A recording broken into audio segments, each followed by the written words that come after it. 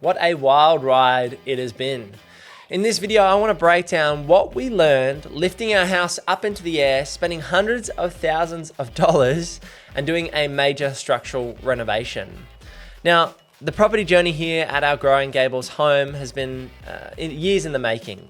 We've always had a dream of lifting up our 1920s Queenslander and giving it a new life and creating a floor plan that suits our family and suits our lifestyle. But 18 months on and a lot of hard work later being owner builders, I want to share with you some thoughts and insights as to what we've learned throughout this journey going through this major renovation. This is both a financial decision and a personal decision to do this. When we looked at lifting our house, it wasn't just all about a property investment portfolio. I know I talk about that a lot on the YouTube channel, and I'm always an advocate for people investing for their future. But this was investing for our family right now. We've got two young boys, Asa, who's coming up to 3 in May, and Eli, who's about to turn 1 in December. So our baby boys are starting to grow quite quickly, and we wanted more bedroom space than we already had here on the south side of Brisbane. We're located in a suburb called Greenslopes on the south side of Brisbane, a few kilometres south of the CBD. And we bought this property, which we originally called the Triple Gable Queenslander, back in September 2020. Going all the way back to the start of our journey for this major renovation, we bought this property in major disrepair. It was a smoke infestation. The lady had nicotine all over the walls and the roof and the ceilings.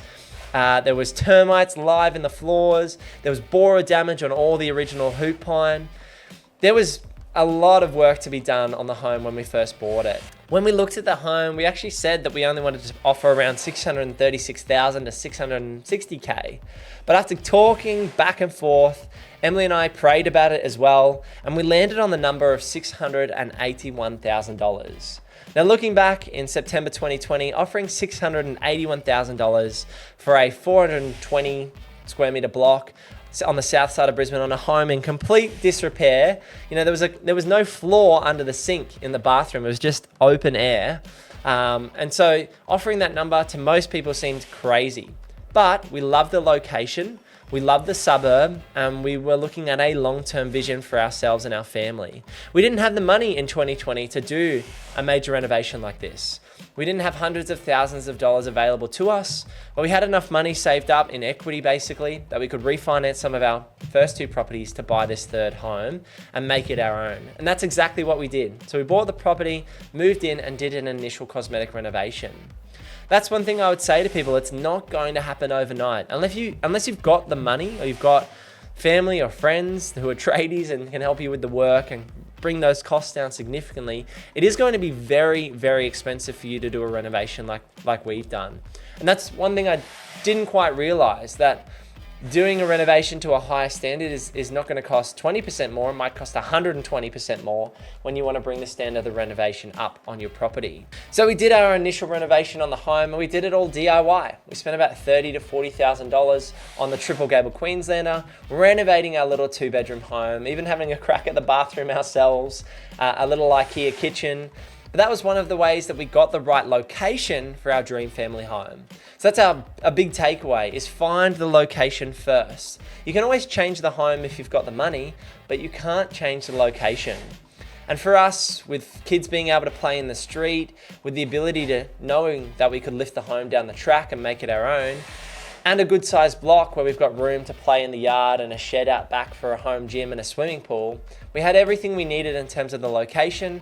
Now it was about moving on and planning for the home in the future. So Em and I had actually planned to do the renovation when we were closer to our 40s.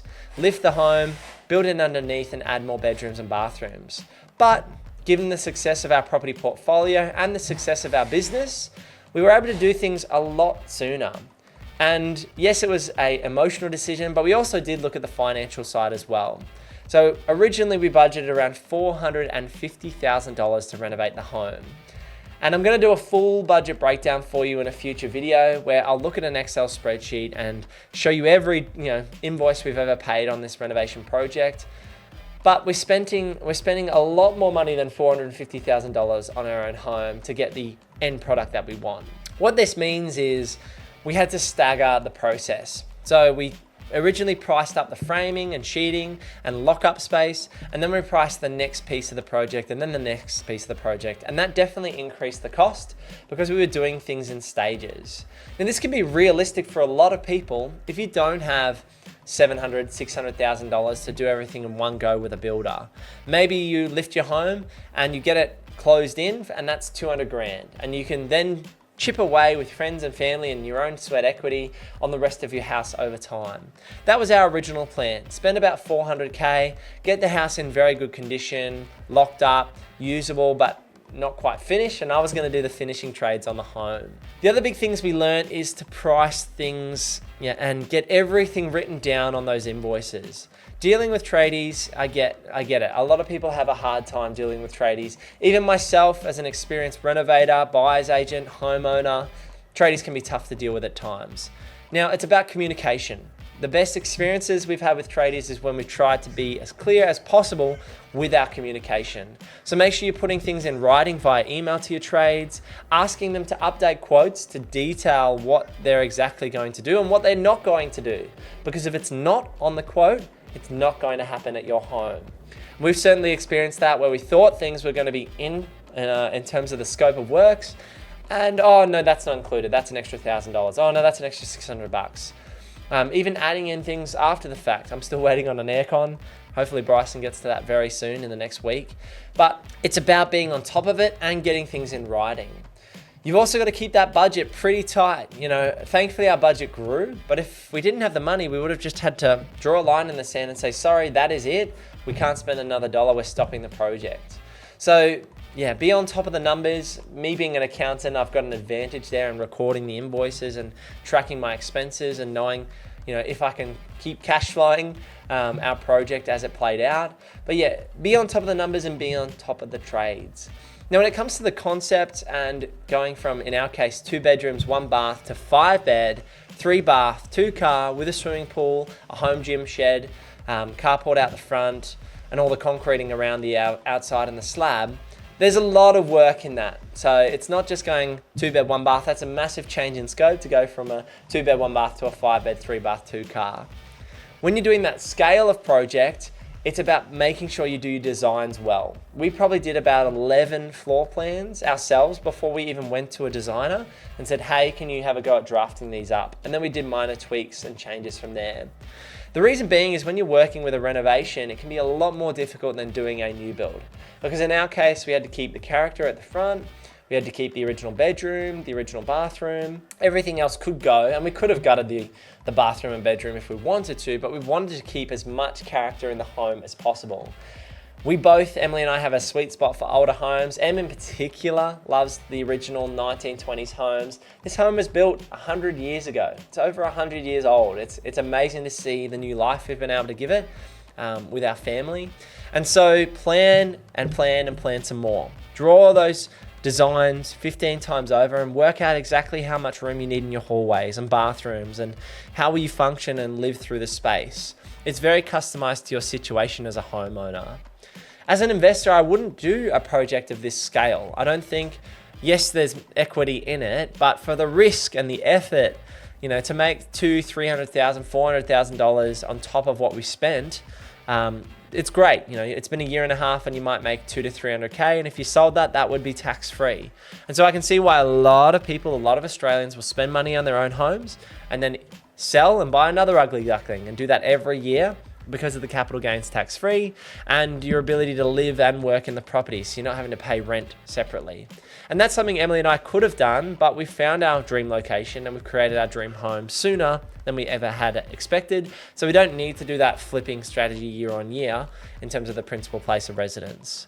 But if you need to do that, absolutely go for it. And this kind of leads into that next point, which is being hands-on. If you're willing to be hands-on, do some landscaping, do some DIY, you can really save a lot of cost. Trades at the moment are charging at least $50 an hour, up to $150 an hour.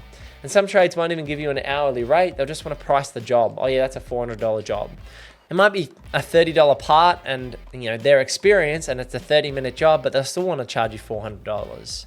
So it's just about the balance and making sure you're pricing things out and taking on as much work yourself if you're game at doing that type of thing. So wow, it has been a journey. We've gone through a lot personally, professionally, and obviously structurally in terms of renovating our own home. But we've learned a lot. We've learned about managing the budgets, the designs, dealing with trades and throughout that process. And the most important thing is that it is for us. We're going to enjoy this place. It's created in terms of the way we like to live, and it might not be the way you like to live.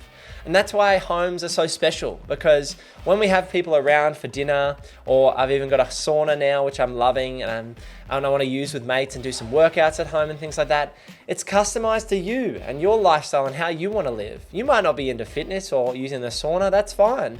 You might want a fire pit, or you might want a playground for the kids. The great thing about your own home is you can make it your own. And that's what we've loved throughout this last 18 months.